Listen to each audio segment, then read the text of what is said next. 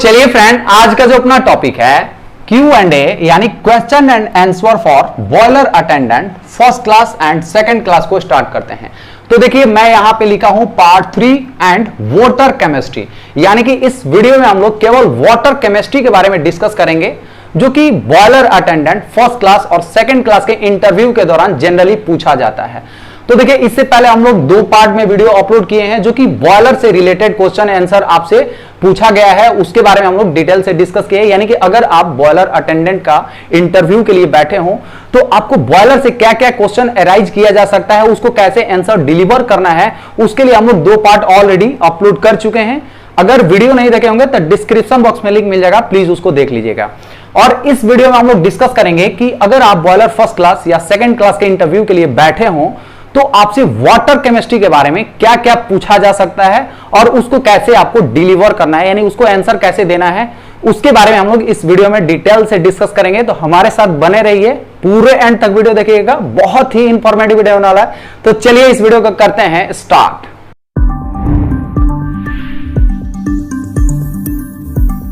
तो चलिए फ्रेंड, अभी हम लोग डिस्कस कर लेते हैं कि बॉयलर अटेंडेंट फर्स्ट क्लास या सेकंड क्लास के इंटरव्यू के दौरान आपसे वाटर केमिस्ट्री के बारे में इंटरव्यूअर क्या क्या पूछ सकते हैं और उसको आपको कैसे आंसर डिलीवर करना है। तो देखिए, हम लोग बहुत सारे क्वेश्चन आंसर डिस्कस कर चुके हैं, जो कि इंटरव्यू के दौरान आपसे बॉयलर के बारे में डिस्कस किया जाता है। वो वीडियो नहीं देखे होंगे तो डिस्क्रिप्शन बॉक्स में लिंक मिलेगा, प्लीज उसको देख लीजिएगा। तो इंटरव्यू के दौरान अगर आपसे वाटर केमिस्ट्री के बारे में उनको पूछना है तो सबसे पहले आपसे ये पूछेंगे कि आपके बॉयलर में किस टाइप का वाटर यूज किया जाता है। तो हम लोग डायरेक्टली क्या बोलते हैं कि सर डीएम वाटर यूज करते हैं, यानी कि डीमिनरलाइज्ड वाटर यूज करते हैं।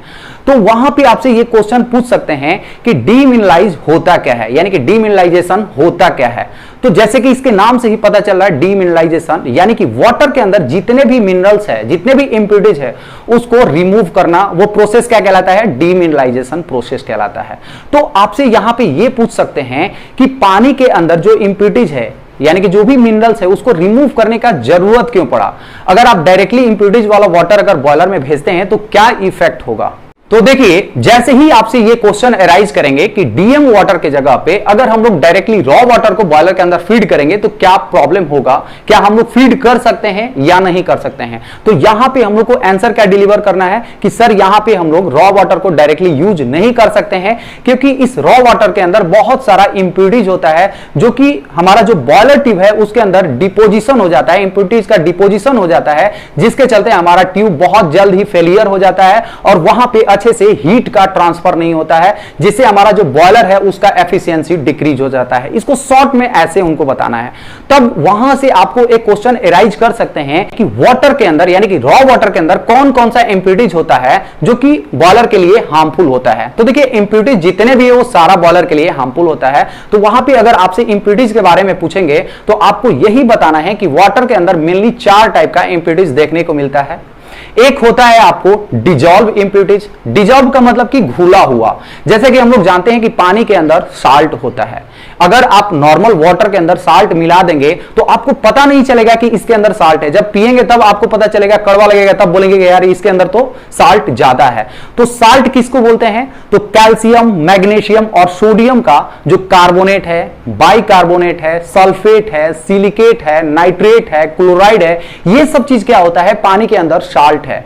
और ये सब जो भी इंप्यूरिटीज रहेगा, यानी कि डिजॉल्व इंप्यूरिटीज रहेगा, ये सब क्या होता है, जब हम लोग बॉयलर के अंदर भेजते हैं और जब हम लोग हीट करते हैं, यानी कि जब हम लोग वाटर को क्या करते हैं, हीट करेंगे तभी तो स्टीम में फॉर्मेशन होगा। तो हीट करने के दौरान क्या होता है कि वाटर से ये सब चीज अलग हो जाता है और अलग होकर के जो बॉयलर के अंदर ट्यूब है ना, उसके अंदर इंटरनल में डिपोजिट हो जाता है। तो जैसे ही ये सारा इंप्यूरिटीज यानी साल्ट वगैरह डिपोजिट हो जाता है तो वहां पे एक इंटरनल में क्या बन जाएगा, एक लेयर बन जाएगा, जिसके चलते हीट का अच्छे से ट्रांसफर नहीं होता है और आपका जो पानी है वो अच्छे से स्टीम में फॉर्मेशन नहीं होता है। तो आपको सिंपल वर्ड में पहला इंप्यूरिटीज क्या हो गया, डिजॉल्व इंप्यूरिटीज, यानी कि साल्ट हो गया, मिनरल्स हो गया, ये सब डिजॉल्व इंप्यूरिटीज के अंदर आता है। सेकेंड इंप्यूरिटीज होता है अनडिजॉल्व इंप्यूरिटीज, यानी कि ऐसा इंप्यूरिटीज जो कि पानी के अंदर घुला हुआ नहीं है।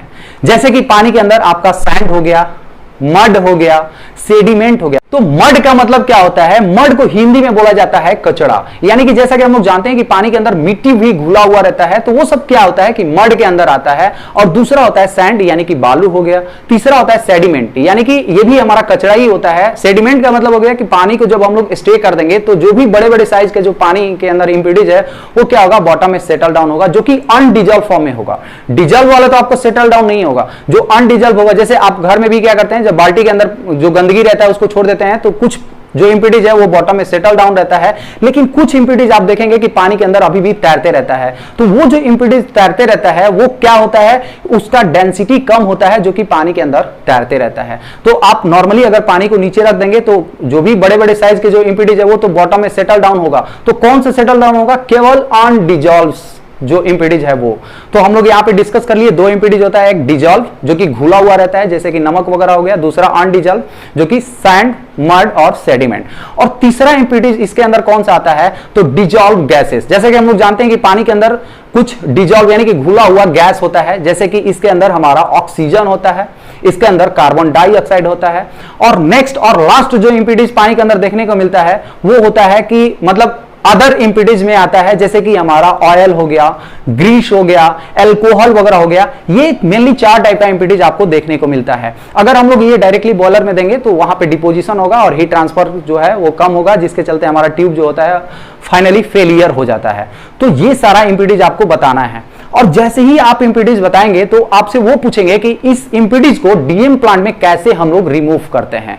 जब आपसे सेटिस्फाइड हो जाएंगे कि हम लोग रॉ वाटर को नहीं भेज सकते हैं, डीमिनरलाइज वाटर को भेजेंगे, तो आपसे ये क्वेश्चन जरूर पूछेंगे कि आपने जितने इंप्यूरिटीज का नाम बताया है इसको कैसे रिमूव किया जाता है और डीएम प्लांट में कहां कहां पे रिमूव किया जाता है। तो इसको आपको सिंपल वर्ड में कैसे बताना है?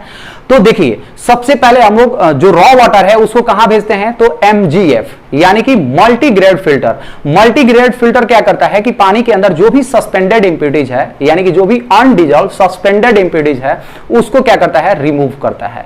यानी कि पानी के अंदर जो बड़े बड़े साइज का जो इंप्यूरिटीज है वो तो आपका जो सेडिमेंटेशन टैंक है वहीं पे नीचे आके कचरा वगैरह जो बैठ जाता है, लेकिन पानी के अंदर जो सस्पेंडेड इंप्यूरिटीज है, जो कि मतलब अनडिजॉल्व फॉर्म में है, जो पानी के अंदर घुला हुआ नहीं है और वो बॉटम में सेटल डाउन नहीं हुआ क्योंकि उसका डेंसिटी कम होता है, तो उसको रिमूव करने के लिए हम लोग कहां यूज करते हैं? तो एमजीएफ यानी कि मल्टीग्रेडेड फिल्टर। तो एमजीएफ में कैसे इंप्यूरिटीज रिमूव होता है? तो सबसे पहले हम लोग को क्या करना पड़ेगा? जो रॉ वाटर है उसको किसी पंप की मदद से एमजीएफ में पानी भेजना पड़ेगा।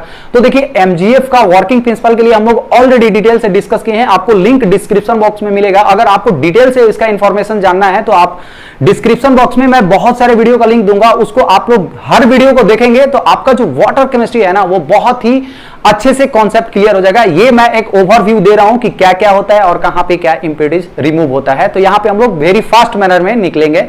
तो देखिए, पानी जैसे ही हमारा एमजीएफ से पास आउट होता है तो पानी के अंदर जो भी impurities suspended impurities undissolved form में है वो सारा यहां पे ट्रैप हो जाता है, जैसे कि आपका मड, सेडिमेंट, सैंड वगैरह जो भी है वो यहां पे ट्रैप हो जाता है। तो यहां से जो पानी निकलता है यानी एमजीएफ से जो पानी निकलता है उसको भेजा जाता है एसीएफ यानी कि एक्टिवेटेड कार्बन बेड। ठीक है, वहां पे क्या होता है? इसके अंदर हमारा एक्टिवेटेड कार्बन का एक बेड बना रहता है। तो जैसे ही हमारा एमजीएफ से पानी निकल करके एसीएफ से पास आउट होता है तो एसीएफ के अंदर जो हमारा एक्टिवेटेड कार्बन बेड होता है वो क्या क्या ट्रैप करता है? तो सबसे पहले पानी के अंदर जो ऑर्गेनिक इंप्यूरिटीज है, यानी कि ऐसा इंप्यूरिटीज जिसके अंदर कार्बन कंटेन हो, और इनऑर्गेनिक का मतलब होता है कि ऐसा इंप्यूरिटी जिसके अंदर कार्बन कंटेंट नहीं हो, यानी कि वो कार्बन से बना हुआ नहीं है। जैसे कि पानी के अंदर जो साल्ट होता है वो कैल्शियम, मैग्नीशियम का सल्फेट, सिलिकेट, नाइट्रेट वगैरह से बना रहता है, तो इसके अंदर क्या है? कार्बन कंटेंट नहीं है। तो हमारा जो पानी के अंदर जो साल्ट है उसको हम लोग क्या बोल सकते हैं कि इनऑर्गेनिक कंपाउंड है। ऑर्गेनिक कंपाउंड यानी कि ऐसा कंपाउंड, ऐसा इंप्यूरिटी जो कि कार्बन से मिलकर के बना हुआ, जैसे कि हमारा ऑयल, अल्कोहल, फिनॉल, ये सब चीज होता है, या ग्रीस वगैरह है, ये सब चीज। तो पानी के अंदर जो कार्बन कंटेनिंग है यानी कि ऑयल, ग्रीस, अल्कोहल है ना, ये सब चीज क्या होता है? एसीएफ अपने अंदर एब्जॉर्ब कर लेता है, यानी उसको ट्रैप कर लेता है। और एसीएफ के अंदर क्या क्या चीज इंप्यूरिटीज रिमूव होता है तो आपको यहां पे मैं डिटेल से बता देता हूं। तो सबसे पहले आपका ऑर्गेनिक कंपाउंड ट्रैप किया जाता है, दूसरा, पानी के अंदर जो फ्री रेजिडुअल क्लोरीन होता है, इसको हम लोग बोलते हैं FRC, यानी कि फ्री रेजिडुअल क्लोरीन। ये कहां पे यूज होता है? हम लोग जानते हैं कि जो सेडिमेंटेशन टैंक है वहां पे क्लोरीनेशन करते हैं, यानी कि पानी के अंदर जो भी बैक्टीरिया है उसको मारने के लिए हम लोग वहां पे क्लोरीन डालते हैं, तो उसके अंदर कुछ अमाउंट में क्लोरीन बच जाता है, जिसको हम लोग बोलते हैं फ्री रेजिडुअल क्लोरीन। यानी कि बैक्टीरिया को मारने के बाद जो क्लोरीन बच जाता है उसको हम लोग ACF के अंदर क्या करते हैं? ट्रैप करवा लेते हैं। तो यहां पे दो इंपीडेंस ट्रैप किया, एक ऑर्गेनिक कंपाउंड, दूसरा क्लोरीन।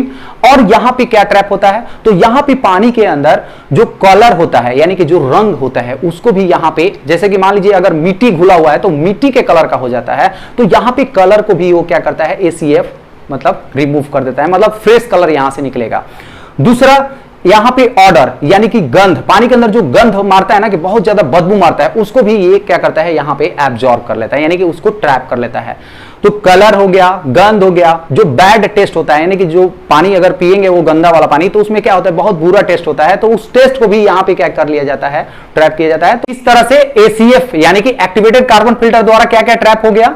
तो पानी के अंदर जो ऑर्गेनिक कंपाउंड है उसको ट्रैप कर लिया गया, फ्री रेजिडुअल क्लोरीन को ट्रैप कर लिया गया, कलर, पानी का जो कलर है, ऑर्डर है, जो बैड टेस्ट है, ये सारा चीज यहां पे ट्रैप हो गया। और यहां से जो पानी निकलता है उसको हम लोग भेजते हैं SAC, यानी कि स्ट्रॉन्ग एसिड कैटायन। उसके बाद हमारा पानी जाता है डिगैसर, देन हमारा SBA यानी कि स्ट्रॉन्ग बेस एनायन, और उसके बाद हमारा मिक्स्ड बेड, और उससे निकल करके हमारा DMST यानी कि DM स्टोरेज टैंक में जाता है। तो देखिए, जो हमारा MGF है और ACF है, कहीं कहीं आप देखे होंगे कि ड्यूल मीडिया फिल्टर लगा हुआ रहता है। आपके प्लांट में जो लगा है वो आप बता सकते हैं। तो ड्यूल मीडिया फिल्टर, जैसे इसके नाम से पता चल रहा है ड्यूल, यानी कि इसके अंदर दोनों मीडिया यूज हो रहा है।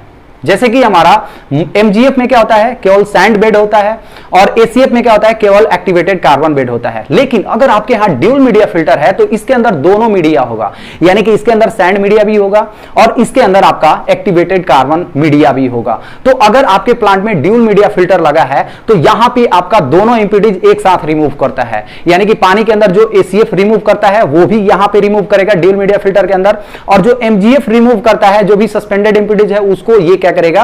ड्यूल मीडिया फिल्टर अकेले ही दोनों का काम कर लेगा। तो जहां हम लोग का रॉ वाटर के अंदर इंपीडेंस कम मिलता है, वहां पे हम लोग डायरेक्टली क्या करते हैं? रॉ वाटर को ड्यूल मीडिया फिल्टर लगा देते हैं, और वहां से हमारा SAC, फिर डिगैसर, SBA, और फिर हमारा MB में लेकर के चले जाते हैं। तो ये आपके ऊपर डिपेंड करता है। आपके प्लांट में ड्यूल मीडिया फिल्टर है तो आपको दोनों इंपीडेंस बता देना है कैसे कैसे रिमूव करता है। अगर ड्यूल मीडिया फिल्टर नहीं है तो आप MGF में बता दीजिए कि कैसे इंपीडेंस रिमूव होता है, और ACF में कैसे इंपीडेंस रिमूव होता है। तो अब जैसे ही हमारा पानी ACF से निकलता है तो उसके अंदर हमारा कौन सा इंपीडेंस रहता है? तो केवल डिजॉल्व इंपीडेंस, और जो डिजॉल्व गैस है वही बच जाता है। तो चलिए अभी हम लोग देखते हैं कि पानी के अंदर डिजॉल्व इंपीडेंस, यानी कि पानी के अंदर जो साल्ट है उसको कैसे रिमूव किया जाता है। तो साल्ट को रिमूव करने के लिए SAC और SBA यूज किया जाता है। तो चलिए अभी हम लोग समझ लेते हैं कि पानी के अंदर जो साल्ट है वो कैसे SAC और SBA से ट्रैप किया जाता है। तो देखिए, जैसे कि इसके नाम से ही पता चल रहा है SAC यानी कि स्ट्रॉन्ग एसिड कैटायन, यानी कि ये क्या होता है? एक सिलेंड्रिकल शेप में रहता है और इसके अंदर एक रेजिन यूज किया जाता है। तो इसके नाम से ही आप बता सकते हैं कि इसके अंदर कौन सा रेजिन होगा। तो स्टार्टिंग में जो नाम रहता है स्ट्रॉन्ग एसिड, यानी कि इसके अंदर जो रेजिन होगा वो स्ट्रॉन्ग एसिड होगा, यानी कि हाईली एसिडिक फॉर्म में जो रेजिन रहेगा वो चार्ज रहेगा। और ये जो रेजिन होता है वो क्या ट्रैप करता है? तो लास्ट में क्या है? कैटायन, यानी कि पानी के अंदर जो कैटायन होगा, यानी कि जो पॉजिटिव आयन होगा, उसको ट्रैप करता है। जैसे कि मान लीजिए कि पानी के अंदर हमारा अगर कैल्शियम क्लोराइड है, ठीक है, तो कैल्शियम पे क्या होता है? प्लस होता है, क्लोराइड पे क्या होता है? माइनस होता है, ठीक है। तो जैसे ही हमारा ये SAC में पास आउट होगा तो ये हमारा जो रेजिन है वो क्या है? स्ट्रॉन्ग एसिड है, तो ये क्या करेगा? ये पॉजिटिव को क्या कर लेगा? ट्रैप कर लेगा। तो पानी के अंदर जो पॉजिटिव आयन होते हैं, जैसे कैल्शियम हो गया या मैग्नीशियम सल्फेट मान लीजिए है, तो मैग्नीशियम पे प्लस होता है, इस पे ये, तो मैग्नीशियम हो गया, या सोडियम सल्फेट है तो सोडियम को ये क्या कर लेगा? यहां पे ट्रैप कर लेगा। तो इस तरफ से जो SAC होता है वो क्या करेगा? जो रेजिन होगा वो ये है, और ट्रैप क्या करेगा? तो लास्ट वाला कैटायन यानी कि पॉजिटिव इंपीडेंस को ट्रैप करता है। तो यहां से जो हम लोग का पानी निकलता है एसएससी से, यानी कि एसएससी से जो आउटलेट होता है वो क्या होगा, तो हम लोग जानते हैं कि पॉजिटिव जब ट्रैप हो गया तो ये क्या करेगा, जब क्लोराइड है ये वाटर के साथ रिएक्शन करके क्या कर लेगा, HCl बना लेगा, यानी हाइड्रोक्लोरिक एसिड बना लेगा। ये जो सल्फेट है वो क्या बना लेगा, सल्फ्यूरिक एसिड बना लेगा। अगर कैल्शियम कार्बोनेट बाइकार्बोनेट अगर है तो वो क्या बना लेगा, कार्बोनिक एसिड बना लेगा। यानी कि यहां से जो पानी निकलता है वो एसिडिक फॉर्म में रहता है, यानी कि उसका पीएच डाउन हो जाता है। तो एसएससी से जो पीएच निकलता है वो बहुत ही कम होता है, 3 से 4 के बीच में इसका पीएच होता है। तो यहां से जो पानी निकलता है वो कहां पे जाता है, तो डिगैसर में जाता है। जैसा कि हम लोग जानते हैं कि पानी के अंदर क्या होता है, कुछ डिजॉल्व गैसेस भी होता है। तो डिगैसर में क्या होता है कि पानी के अंदर जो भी हमारा कार्बोनिक एसिड है, ठीक है, यानी कि H2CO3 क्या होता है, कार्बोनिक एसिड होगा, ठीक है। और ये जैसे ही हमारा डिगैसर में जाता है तो ये ब्रेक हो जाता है, यानी कि H2O प्लस CO2 बना लेता है, यानी यहां से जो कार्बन डाइऑक्साइड है वो निकल जाता है। तो डिगैसर में क्या होता है कि जो भी हमारा डिजॉल्व गैस है कार्बन डाइऑक्साइड वो यहां से रिमूव होता है, और कुछ भी जो डिजॉल्व गैस है वो भी रिमूव होता है। तो मेनली यहां पे कार्बन डाइऑक्साइड गैस को रिमूव करते हैं। और देखिए यहां पे एक और गैस बच गया है जो कि है ऑक्सीजन। उसको कहां पे रिमूव किया जाता है, तो उसको रिमूव किया जाता है डीएरेटर में। डीएरेटर के लिए अभी हम लोग इसी वीडियो के लास्ट में डिस्कस करेंगे कि कैसे डीएरेटर द्वारा ऑक्सीजन को रिमूव किया जाता है। यहां पे अभी हम लोग डीएम वाटर के बारे में डिस्कस कर रहे हैं, तो डीएम प्लांट के बारे में थोड़ा सा डिस्कस कर लेते हैं। तो देखिए यहां पे आपको क्लियरली समझ में आ गया होगा कि डिगैसर क्या किया कि पानी के अंदर जो भी हमारा कार्बोनिक एसिड है उसको यहां पे रिमूव कर दिया। अगर हम लोग डिगैसर नहीं लगाते हैं, अगर डायरेक्टली हम लोग इसको कहां भेजेंगे, SBA में भेजेंगे, तो ये वाला SBA क्या करता है कि जो भी निगेटिव है, निगेटिव आयन है उसको ट्रैप करता है, क्योंकि इसके अंदर जो बेड है वो क्या है, स्ट्रॉन्ग बेस, ठीक है। और क्या करेगा, ट्रैप क्या करेगा, तो एनायन ट्रैप करेगा। जो लास्ट में रहता है वो ट्रैप करेगा। एनायन का मतलब कि नेगेटिव पार्टिकल को क्या करेगा, ट्रैप करेगा। और ये क्या, कैटायन का मतलब ये पॉजिटिव आयन को ट्रैप करेगा। आपको एक सिंपल वर्ड में ये याद करना है। और याद कैसे कर सकते हैं, तो इसके नाम से लास्ट में क्या है, C है यानी पॉजिटिव, A है यानी निगेटिव आयन को ट्रैप करेगा। तो अगर हम लोग ये डिगैसर नहीं लगाएं और इसको हम लोग एसएससी में भेजें तो ये वाला जो आयन है यहां पे रिमूव होगा। तो इसको रिमूव करने के लिए आपको एक्स्ट्रा इसके अंदर केमिकल डालना पड़ेगा। तो हम लोग क्या करते हैं, जनरली डिगैसर लगा देते हैं। जो भी हमारा कार्बोनिक एसिड जो होता है वो इजिली यहां पे क्या होता है, ब्रेक हो करके रिमूव हो जाता है। तो हमारा SBA पे लोड कम आता है डिगैसर लगाने से, और जो भी हमारा कार्बन डाइऑक्साइड है वो यहां से रिमूव हो जाता है। तो यहां से आप समझ गए कि जो हमारा इसके अंदर, जैसे हम लोग बात कर रहे थे, मान लीजिए कार्बोनिक एसिड का, या हम लोग यहां पे कैल्शियम क्लोराइड बात कर रहे थे, तो यहां पे HCl निकलेगा, ठीक है। या इसके अंदर हम लोग बात कर रहे हैं तो H2SO4 सल्फ्यूरिक एसिड निकलेगा। और ये कैसे हमारा यहां पे ट्रैप हो गया, ये वाला ट्रैप हो जाएगा यहां पे। तो यहां से क्या निकलेगा, H2O निकलेगा, और यहां से क्या निकलेगा, H2O निकलेगा। तो इस तरह से यहां से जो हम लोग का पानी निकलता है वो क्या है, प्योर वाटर फॉर्म में रहता है। और इस वाटर को हम लोग कहां भेजते हैं, तो भेजते हैं हम लोग MB, यानी इसको हम लोग बोलते हैं मिक्स बेड। तो MB यानी कि मिक्स बेड का मतलब क्या हो गया कि ये जो हमारा बेड होता है इसके अंदर दोनों बेड रहता है। मिक्स बेड मतलब कि इसके अंदर SSC का भी बेड रहेगा और SBA का भी बेड रहेगा। तो यहां पे MB लगाने की जरूरत क्यों पड़ता है, तो जैसा कि हम लोग जानते हैं कि जो SSC है, मान लीजिए इसके अंदर कुछ पॉजिटिव आयन जो है वो ट्रैप नहीं कर पाया, या जो SBA है इसके अंदर कुछ निगेटिव आयन को ट्रैप नहीं कर पाया, तो वो क्या होगा, इस वाटर के साथ निकलेगा। और डायरेक्टली अगर हम लोग इसको यूज करेंगे तो वो इंपीडेंस फिर से हमारा बॉयलर के लिए वही हार्मफुल होगा। तो इसको हम लोग कहां भेजते हैं, तो MB में, यानी कि मिक्स बेड में। जैसा कि हम लोग जानते हैं कि यहां पे SSC भी है, SBA भी है। तो ये क्या करेगा, जो भी रेसिड्यूअल यहां से जो निकला है पॉजिटिव और नेगेटिव आयन, उसको यहां पे ट्रैप कर लेता है, और यहां से जो वाटर निकलता है वो प्योर H2O यानी कि वाटर रहता है। और इसको हम लोग कहां भेज देते हैं, तो DMST यानी कि डीमिनरलाइज्ड वाटर स्टोरेज टैंक में भेज देते हैं। और यहां से फिर आप फर्दर बॉयलर के लिए यूज कर सकते हैं, ठीक है।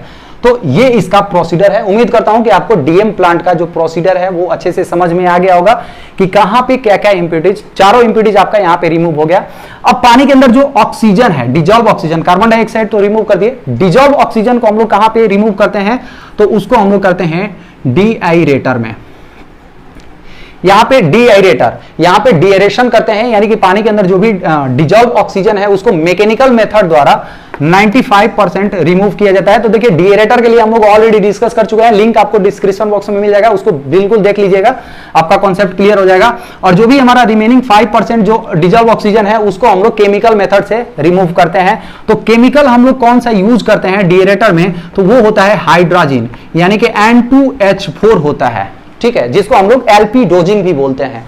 तो एलपी डोजिंग में अगर कोई पूछे कि कौन सा केमिकल यूज करते हैं तो आपको क्या बताना है, हाइड्रोजन यूज करते हैं। ये जो हाइड्रोजन है कैसे ऑक्सीजन को रिमूव करता है, तो देखिए प्लस ऑक्सीजन के साथ जैसे ही रिएक्शन करेगा तो ये क्या बना देगा, तो देखिए ये क्या बनाता है, तो ये बनाएगा H2O, यानी कि 2 टाइम H2O बना देगा, H4 है तो 2 टाइम H2O बना देगा प्लस N2, है ना, नाइट्रोजन यहां से निकल जाता है। तो इस तरह से जो O2 है उसको क्या कर दिया, अपने अंदर डिजॉल्व कर लिया और यहां से नाइट्रोजन निकल गया। इस तरह से पानी के अंदर जो एक्स्ट्रा O2 है उसको क्या कर दिया, यहां से रिमूव हो गया। फाइनली हम लोग को ऑक्सीजन रिमूव करना है, तो ऑक्सीजन को ये क्या किया, हाइड्रोजन के साथ रिएक्शन करके वाटर बना दिया और जो भी यहाँ पे नाइट्रोजन था वो निकल गया। तो यहाँ पे फाइनली हम लोग का जो ऑक्सीजन है वो क्या हो गया, हमारा डिजॉल्व फॉर्म में हो गया और ये बॉयलर के लिए मतलब वाटर बन गया।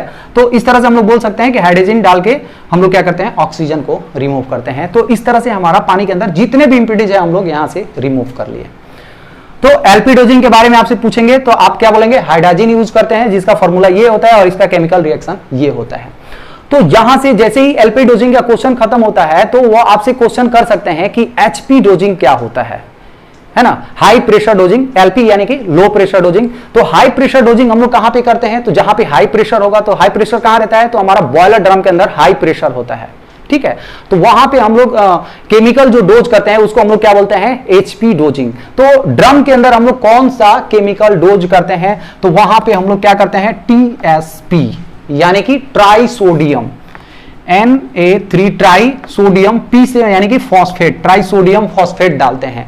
तो आपको ये बता देना है ट्राई सोडियम फॉस्फेट डालते हैं। तो यहां पे आपसे ये क्वेश्चन पूछ सकते हैं, वैसे जनरली पूछेंगे नहीं लेकिन मैं फिर भी बता दे रहा हूं कि यहां पे अगर केमिकल रिएक्शन अगर आपको बोले तो ये क्या होता है, 3H2O, यानी कि वाटर में हम लोग डाल रहे हैं ट्राई सोडियम फॉस्फेट, तो इसके साथ रिएक्शन करेगा तो क्या बनेगा, तो यहां पे आप डायरेक्टली देखिए, तो ये जो सोडियम है इसके साथ मिल करके क्या बना देगा, सोडियम हाइड्रोक्साइड बना देगा प्लस H3PO4 बना देगा। इसको हम लोग बोलते हैं फॉस्फोरिक एसिड।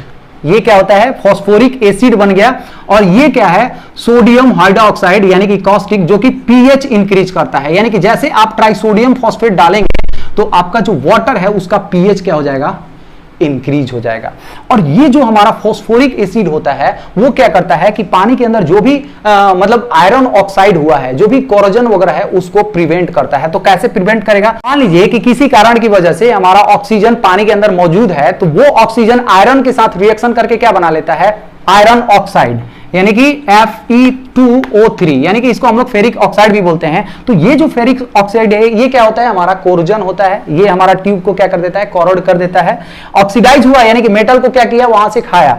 तो जैसे ही हमारा ये फॉस्फोरिक एसिड डालते हैं यानी कि H3PO4 जैसे ही मिलता है तो ये क्या बना लेगा, तो ये देखिए क्या बनाता है, ये बना लेगा Fe 2 टाइम FePO4 बना लेता है और प्लस यहां पे फिर से आपको 3H2O मिल जाता है।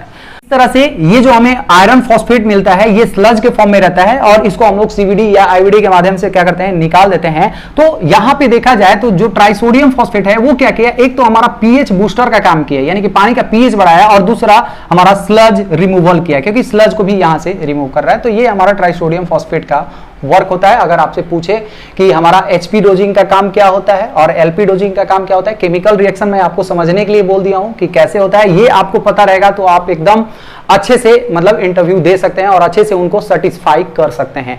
तो ये कुछ यहाँ पे पैरामीटर है। और उसके बाद आपसे पूछेंगे कि आपके यहाँ जो पानी है, आपने इतना ट्रीटमेंट कर दिया तो आप पैरामीटर क्या मेंटेन करते हैं। तो पानी का जो यहां से हम लोग का पीएच निकलता है, इसका जो पीएच होता है जो हम लोग डीएमएसटी में रखते हैं वो कितना रखते हैं, तो 8 से लेकर के 8.5 तक रखते हैं। लेकिन वही अगर हम लोग ड्रम की बात करें तो ड्रम में हम लोग कितना रखते हैं, तो 9 से लेकर के 9.8 तक पीएच मेंटेन करते हैं। तो इसका पीएच बढ़ाने के लिए हम लोग क्या करते हैं, ट्राइसोडियम फॉस्फेट डालेंगे तो यहां पे क्या हुआ, पीएच बढ़ जाता है। तो आपका पीएच समझ में आ गया। पीएच के लिए हम लोग ऑलरेडी डिस्कस कर चुके हैं, लिंक बहुत सारा वीडियो मैं दूंगा आपको डिटेल से। अगर ऑपरेशन समझना है तो प्लीज उसको देखिएगा, आपका कॉन्सेप्ट बिल्कुल क्लियर हो जाएगा। अगर आपके पास टाइम है तो ये सारी लिंक जो मैं प्रोवाइड किया हूं उसको आप लोग जरूर देखिएगा। यहां पे मैं केवल ऐसे ही बेसिक इंफॉर्मेशन आपको दे रहा हूं। तो सबसे पहले आपको पीएच पूछेंगे, पीएच आपने बता दिया। तो यहां से जो हम लोग का और भी इंपीडेंस है, तो देखिए यहां पे हम लोग हार्डनेस, पानी के अंदर जो साल्ट है वो क्या है, हार्डनेस होता है, क्योंकि स्केल फॉर्मेशन करता है। तो हार्डनेस यहां से हम लोग क्या कर दे रहे हैं, पूरा रिमूव कर दे रहे हैं। तो हार्डनेस यहां से नील हो जाता है, कंडक्टिविटी पूरा नील हो जाता है ना, और कोई भी हमारा डिजॉल्व सॉलिड वगैरह नहीं रहता है। तो इस तरह से हमारा जो इंपीडेंस है यहाँ पे पूरा रिमूव हुआ रहता है। और इसके अंदर जो हमारा सिलिका होगा वो कितना होता है, अगर हम लोग मैक्सिमम लिमिट कितना होता है यहाँ पे, यानी कि डीएमएसटी में है तो 0.02 ppm तक हमारा सिलिका होता है डीएमएसटी में। लेकिन वही अगर हमारा बॉयलर में चला जाए तो अलाउएबल सिलिका कितना होता है, मतलब हम लोग कितना सिलिका तक हम लोग चला सकते हैं, तो लेस देन 1 ppm। अगर जैसे ही आपका 1 ppm से कम है तो ठीक है, लेकिन अगर इससे ज्यादा है तो आपको क्या करना है, अगर आप बॉयलर ऑपरेटर हैं तो क्या करेंगे, आईबीडी या सीबीडी के माध्यम से आप इसको कंट्रोल कर सकते हैं। सीबीडी में क्या होता है, कंटिन्यूअस ब्लो डाउन, आईबीडी यानी इंटरमिटेंट ब्लो डाउन। हम लोग क्या करते हैं कि आईबीडी यानी कि जब प्रीवियस वीडियो में हम लोग तो डिस्कस कर चुके हैं आईबीडी सीबीडी के बारे में, क्योंकि आपसे वो इंटरव्यूअर पूछा हुआ है। आप वो वीडियो देखेंगे तो आपको कॉन्सेप्ट क्लियर हो जाएगा कि आईबीडी सीबीडी द्वारा कैसे हम लोग पानी के अंदर जो भी कंटामिनेंट है उसको कैसे हम लोग रिड्यूस करते हैं। तो आपका जो सिलिका है वो लेस देन 1 ppm ड्रम के अंदर मतलब मेंटेन करना है, ठीक है, लेस देन 1 होना चाहिए।